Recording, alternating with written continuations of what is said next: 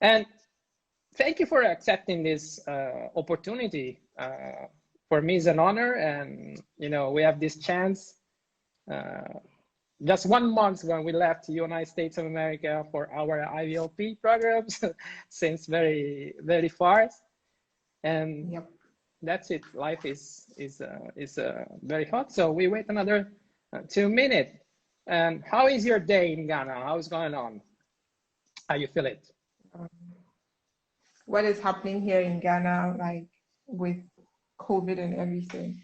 Well, for me personally, it has always been that not much has changed because I work 24/7 from my computer, or if I need to do something, rush it down, have a meeting. But now it's a little more difficult to get things. You call anybody, oh, my shop is locked down, I can't enter my shop, I can't do this for you, I can't work from home. But to me, it's a big deal because I can work from home like for the whole year. So sometimes like, are you sure you can try something? It's fine. And I think people are taking it. Some people don't think it is real. What is your sensation? Is like a dream, or what is your feeling? It is. The streets, you can drive from here to, I mean, you don't meet much traffic except for they have these barricades they have created on the road, like barriers. So when you get there might be military or police to make sure that if you're in a commercial vehicle, you are not too close together, or they even ask you why you're even out. Where are you going? What are you going to do? And they will let you through if they think what you're doing is necessary. Maybe you're going to buy food, you're going to the hospital, but if maybe, let's say, you're going to a colleague to do something, they might ask you to turn back. Right. Or maybe you're going to visit your girlfriend. Those are not important reasons. So let me explain why we are here today. I think after the coronavirus period, we all understand that we are all connected, that something happened in China or in other parts of the world can affect us in every single part of the world. So actually we want to also give another opportunity to all of us to see what happened in other countries. That's why, first of all, I want to make a question. Do you have your coffee or your drink? I have carbonated water. I have the symbolic. Oh my God, that's espresso word. Symbolic, because of course, Italian were famous for this espresso. So of course, with my fantasy, I call it a coffee. So not a lot of fantasy, but it's very important to share with you. And I want to introduce, first of all, to all the people, and thank you for all the people watching us. I see Simona, Dalia, Rosangela, Patrizia, Raquel, and everybody, and many friends. Who is Naa? I had the opportunity to meet Naa in New York, in United States, for the IVLP program. Naa is a Ghanaian entrepreneur who works to promote, I read your biography, that works to promote local, indigenous, and contemporary cultural products, including fashion, music, cuisine, among others. And of course, you are one part that I really like it's that you are interested in principle of sustainability design for practically everyday living and also. So can you talk with us about your NGO, your works, what's your daily activity? Well, about the NGO, Kali H Foundation. Yeah, Kali H is very important. Ciao, Laura. We say hello to Laurita. Hola. Hello, Laura. So what we are interested in empowering local people, like our people in our communities, to take control of whatever situation that we might find ourselves in, to know that they own the situation, they are the solution. It is not some big business executive or a politician in suits or whoever who is in charge of our lives. So it is about informing people, putting out the relevant kind of information which they can make use of in their daily lives, in their economic lives, you know. So the kind of programs we put together are aimed at engaging people in that discourse.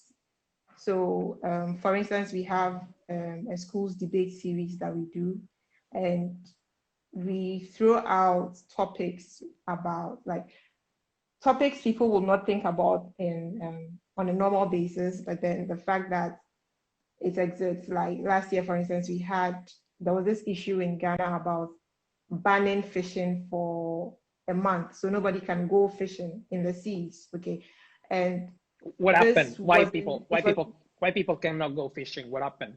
So, well, because they had this philosophy that if you allow the sea to rest for, let's say, a month or some period, you can allow it to rejuvenate itself. You can, and I think they were looking at a specific month, but then you know how things play, various experts, various political impressions and stuff. So we had that, and students discuss these things, and they try to see the socio-economic, social-cultural aspect of it, you know. So it is encouraging that discourse and making people, so you know, when you engage people in certain conversations they get to even learn more about it because they get to hear other people saying that, and they also get to understand how come they are also a part of the solution. So that is what we try to do. So looking at various aspects of sustainable development, what are the elements we can throw out there to engage people, to get them to give us feedback, and also to get them to think or devise ways of handling such situations. So may I ask you, the target is you involving young people, what is your main target in your activity? The targets depend on whichever topic we are handling or whatever program we are dealing with at which particular time. Because some of the programs we have, for instance, we are dealing with maybe university students, university graduates, or startups, or people like generally, how do I call this? Entrepreneurs. Okay. And there are those we also look at maybe junior high or senior high students, or maybe undergrads. So our debates are aimed at the senior high schools. Right. What is, in your opinion, the main challenge that you are faced with, especially with young people? Do you think they are involved or not sufficient involved in these programs? I think the challenge is the fact that what we try to preach, what we are trying to encourage, is not mainstream. So it means we have to go like we have to work harder to get people's attention because they are not used to the kind of information. You know, when you have people who can just buy Armani suits. Armani is from Italy, right? Yeah. Okay, so if this is what the celebrities are showing off, okay, and you are encouraging them to buy something from a local designer from the corner, because you are trying to preach that this is what secular design is about. This is what can help us achieve a successful secular economy. It is a little more difficult to explain to them because they also want to be part of the mainstream flashy lifestyle. Okay, so that is the difficulty trying to get them, because on social media, for instance, you have a lot of these things like flying all over our screens, and at the end of the day, you're not getting the local people with the local content coming out so much, because there are very, very few people trying to do that kind of thing, and it's very difficult. So you can understand why there are not a lot of people. So the youth, when they understand, the students, when they understand, yes, they buy into it, and yes, they also want to project what is there, but it is always like you have to work a little harder to catch their attention in the first place. Right. And in your opinion, what is the relation with these young people with this social media? Is there an abuse, or they're using well? And you know, Pierre, you know what I think about social media. Well, we are here friends with social media, of course, so we have to. you know, I wouldn't say abuse. I mean, people can abuse coffee. People use marijuana, and people say it's for like health purposes. People also use them, and we just say, oh, you're just abusing it, finding excuses. So it depends. I think that people are really using it for whatever serves their purpose at whichever time. Yeah. Okay, so it is up to us. It is up to you. It is up to your community, my kind of network, to be able to put the kind of information we want them to have out there. Right. It is not an easy job anyway, but then that is what we have to do now. We have all our distinguished colleagues connected because, of course, I make like stressful pushing them to participate to this live. Of course, we are very happy to see all of you together. And tonight, of course, this is an open discussion. So if you have like questions for Naa, and of course now you are also dealing with US programs in Ghana. Yours, some projects are supported by the US Embassy in Ghana. Yes. Can you talk about this? Some things that you already realized? Actually, so with the US Embassy, we have collaborated on a few projects. Students, they are always there because they also have a regional environment office, and every time they are always on board. We discuss the topics, who should do what, and we brainstorm on which topic they think is relevant, and even how to input the debate concept. Right. So yeah, the US, the actual, we have the embassy, and then we have USAID, and so there's USAID West Africa, and they have a biodiversity and climate change program here in Accra. So they are looking at conservation, climate change, like climate action, and livelihood empowerment. Right. Okay, so it just gels very well with what we do. So we work with them a lot, and since 2018, we've been organizing various programs together. Right. We have a question from Vanessa, and I read it. So, hello guys. I would like to ask you, how was your experience at IVLP? And did you find any possible point of connection and cooperation together as people from different parts of the world? So how was your IVLP experience? It was, oh my God. It was really good about cooperation. I mean, several of them. Did you also receive the email from Uta about the having a Zoom conversation with the resource person? Yes, it was really good, and I think what is exciting about is the fact that we have people who are willing to reach out and to connect and to discuss whatever topic it is. And for me, when it comes to the environmental sector, I think I really like the fact that a lot of what I saw were not necessarily government projects. They were community or individuals pushing certain agenda. Okay, and as you also realize, like in the US, they really push for volunteering, and that is something I guess I would be very happy to move in Accra or in Ghana, because those people who do these projects, they understand that they live in these areas, these communities, and they have to own the situation. They have to make things work. You get it? So they are proud of their country, but then they also, and not bad, but they are proud of their country, and they're also doing something about it. So they are also playing their role to enhance whatever situation they find themselves in. So yeah, that's my experience with IVLP, and I think it's very heartwarming. I'm very happy about it. Or are you also going to answer your experience with IVLP? Of course, IVLP, and we have a specific request from Ines that you already know, that please smile more. And Ines, I'm not this beautiful smile, but as you see, it works. That is now smiling For us, what can I say? In the IVLP, what is IVLP? Because maybe not many people know what is IVLP. Is a U.S. State Department program that we can say is a professional exchange through short term in United States.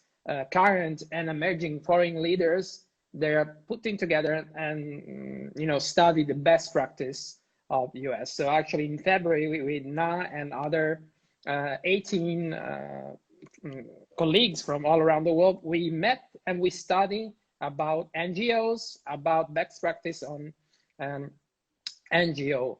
There's another comment from MP Basike. Collaboration and networking is critical in today's world.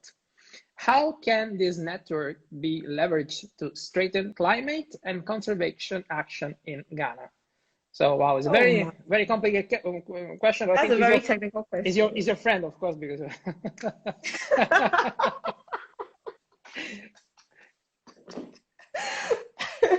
how can we leverage it for what?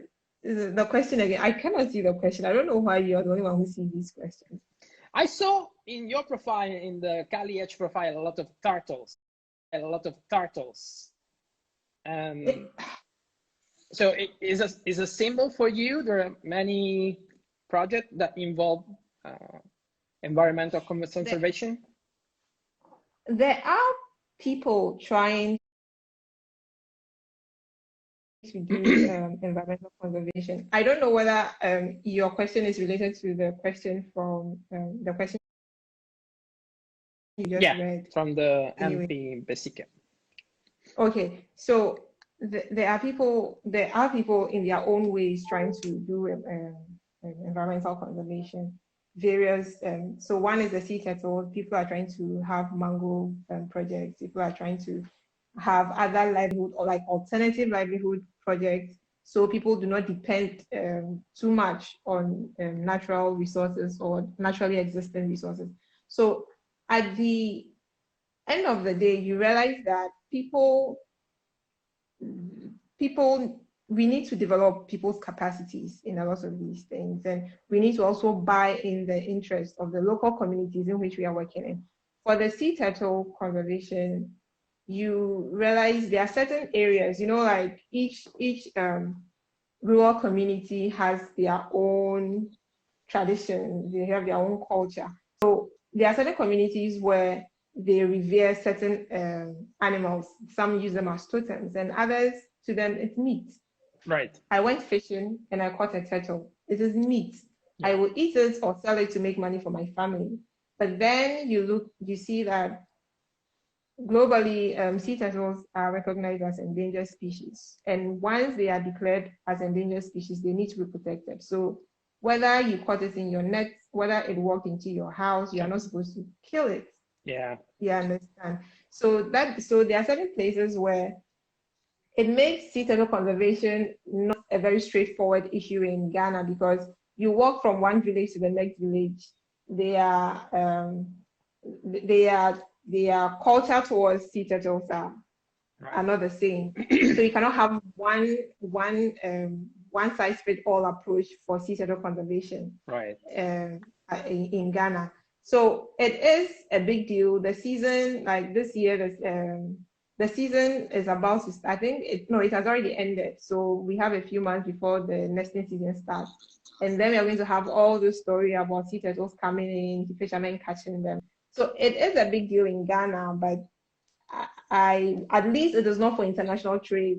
But it's important for your country. Because when it's international trade, it also gets way out of money. It's a totally different ball game altogether. As you know, this live we have, of course, 1 more minute, and I want to close with Laurita. Laurita make a final question that maybe can help us to close. Is it about COVID? This interesting, if you want, yes. Is what kept you motivated during this day? And I'm at you, how you see yourself in 10 years in Ghana? What is your sensation? That question. Yeah, you have only 1 minute. In 10 years. Oh yeah. So in 10 years, in 10 years, I hope to be able to encourage and to inspire and motivate more people to take like to take up the path of sustainable development or sustainable design. Because then if we are looking at having a sustainable economy, promoting our culture, our local content and all that, there are certain principles we will have to look at, and also look at resource management, particularly the kind of resource management that doesn't generate waste. And Right. so essentially we're talking about circular design. So So in 10 years, I hope to be able to say that maybe two or three businesses out of five are, I know that is very, very ambitious, but wow. two or three businesses, two or three businesses out of five are, are, are sticking to or applying principles of sustainable design. That will make me, that is an aim of mine. That's something I'd like to achieve. So thank Yeah. you so much now for this short Thank you, interview. Is Pierre. our first interview live, a coffee with live from Ghana. We close with a nice sentence. So sustainability for all, and of course the young generation. That is very important for us to support, and we will do all together with the 19th participant of IVLP. Last but not least, we have Khalifa and Is Khalifa here? Alina and everybody is in that watching us. So thank you a lot for watching this short live interview with Na from Cali Edge from Ghana. Are you saying hello, goodbye in Ghana? Ghanese? It depends on the language. Let's just say hello. Are you saying? Well, now I don't know which language to use. Ago. Ago. Okay. Yes. So ago to everybody. Ago is like hello, more of like it's like hi, hello. So we say ago. So ago Agoo, AGOO. AGO to everyone, and thank you for watching us. Thank you, Anna. Thank you. Okay. Bye to everybody.